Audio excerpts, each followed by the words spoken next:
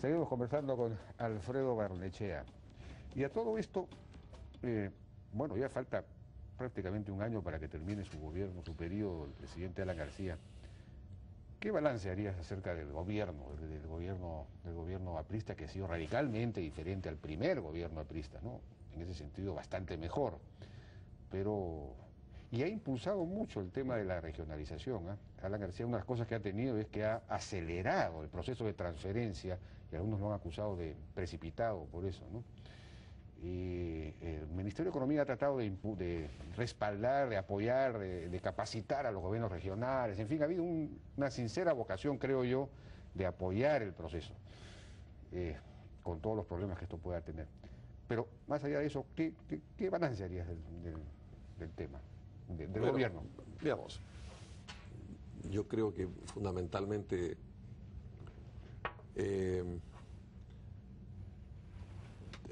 varias reflexiones. En primer lugar, tanto el gobierno anterior a García, el gobierno de Toledo como el de García, aprovecharon una coyuntura internacional. Es decir, lo que ha jalado la economía peruana ha sido esencialmente el ímpetu, el brío, el poder de tracción de la economía internacional que hoy día se está desplazando al Asia, básicamente China e India. Y esto es lo que permite esta ventana de oportunidad. Cuando uno dice, bueno, y en estos dos gobiernos se limitaron un poco a no cometer errores, pero ¿dónde ha estado la visión estratégica? No la visión táctica, sino la visión estratégica. ¿A dónde paramos al Perú en el mundo? Entonces yo creo que en general eso es lo que está faltando un poco en el Perú. Naturalmente, el APRA, que ha participado muy poco en el gobierno, yo decía hace un momento que ha penalizado a muchísima gente, paradójicamente por ser aprista, es un componente fundamental de cualquier solución política en el país. El APRA es un componente esencial de la vida institucional del país, es el único partido existente, ¿no? Pero la pregunta es, ¿qué viene después? ¿Qué va a hacer el presidente García con su partido en las próximas elecciones, por ejemplo? ¿Va a sacrificar un horizonte estratégico para el Perú en función de una meta más personal? Pero yo creo, digamos, que hay muchas cosas positivas en el gobierno. Por eso es que creo que cuando el presidente termine, la valoración del gobierno va a ser mayor, porque los recursos que ha habido han permitido hacer muchas obras. Pero lo que el Perú le está faltando es esencialmente una visión integradora de cuáles son los grandes temas centrales que nos van a permitir ser el 2021 más importantes que Chile. Yo escribí hace 10 años una columna, Jaime, que terminaba diciendo, bueno, Chile, que es un pequeño país al fin del continente sudamericano, nosotros vamos a ser un país más importante. Mis amigos empresarios con los que conversé se rieron de mí, pero este es un país más importante que Chile. Nosotros tenemos, en mineral, Chile tiene cobre que ya ha explotado mucho, cobre que por lo demás en gran medida era antiboliviano. Pero nosotros tenemos todo, tenemos cobre, tenemos oro, tenemos plata, tenemos estaño, tenemos molibdeno, nombre mineral que quieres. Somos con Brasil la gran reserva, los países andinos y Brasil somos la gran reserva de agua dulce del mundo, la gran reserva de biodiversidad del mundo. El Perú podría catapultarse como un gran exportador de bonos de carbón. Es decir, lo que podemos hacer en el Perú es realmente extraordinario. ¿Qué piensas de Inambari? De la hidroeléctrica. Es una pregunta compleja que requiere una respuesta no muy corta. Es decir, ahí tú vas a tener que hacer... Yo soy partidario de las hidroeléctricas, pero lo que creo es que tienen que haber compensaciones, no solamente al tema medioambiental, sino compensaciones económicas directas a los pobladores. Una de las fallas en los proyectos de desarrollo de infraestructura, de desarrollo de recursos naturales, es que viene una compañía y explota algo y a la gente de la región no perciben ese beneficio. Eso está desde la época de Tambo Grande en Piura, eso pasó en el Cerro Quilich en Cajamarca, y la gente dice, bueno, ¿para mí qué? Entonces yo creo que uno de los grandes temas de resolver esto bien es cómo esos enclaves de recursos naturales terminan regando desarrollo equitativo en la zona. Es un proyecto complejo además que involucra muchas cosas. Es decir, ¿esa energía es para Brasil o para el Perú? ¿O vamos a dividir la energía? ¿Y cuánto vamos a cobrar por la energía? Dado que Brasil tiene un mercado que es mucho más grande. Pero esencialmente es conectar un mercado eléctrico, un mercado que nosotros es una capacidad instalada de 6.000 megas más o menos, a un mercado que tiene 120, que por lo tanto es 20 veces más grande. Aquí el costo del megawatt... es conveniente. Por supuesto, el costo del megawatt por hora es... hay una discusión a cuánto va a llegar, pues 45, 46, 50 megawatts a la hora, y en Brasil está en 70 o en más.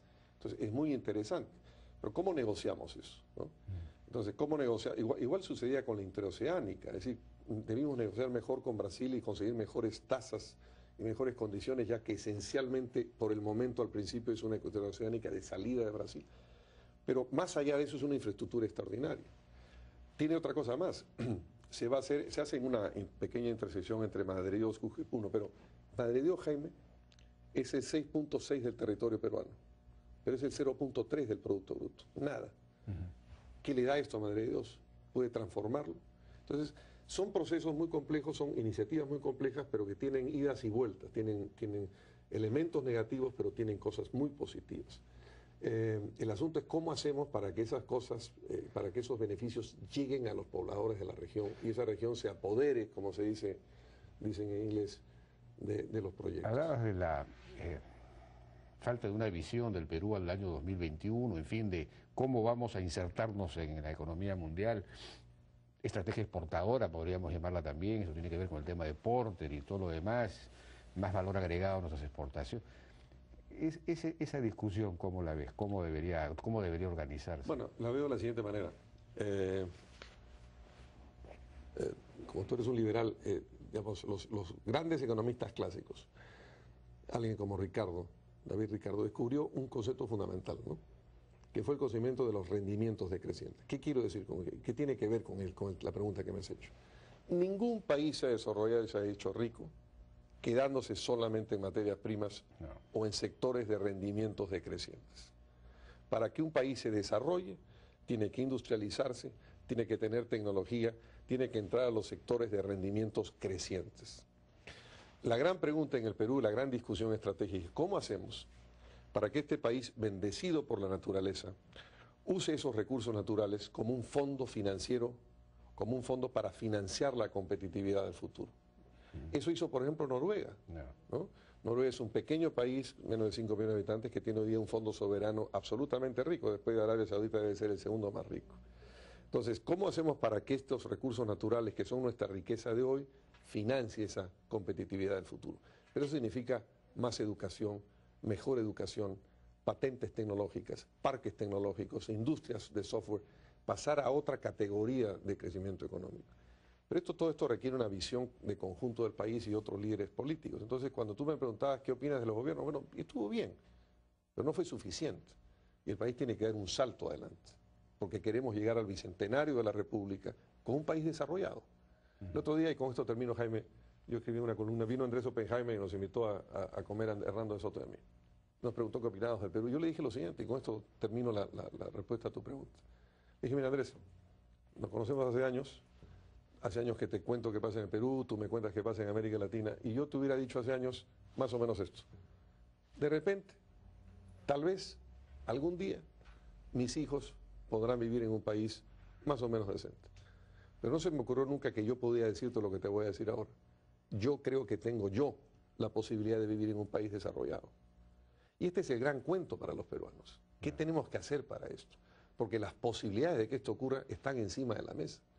Es muy importante que los peruanos no malgastemos como lo hicimos en la época del guano, como lo hicimos en la época de la República Aristocrática, como lo hicimos a mediados de los años 50, estas extraordinarias oportunidades de crecimiento internacional. Porque hoy día el Perú puede ser un país desarrollado en menos de 20 años. Muy bien, Alfredo. Muchas gracias por tu participación. Muy interesante, como siempre. Fue Alfredo Barnechea.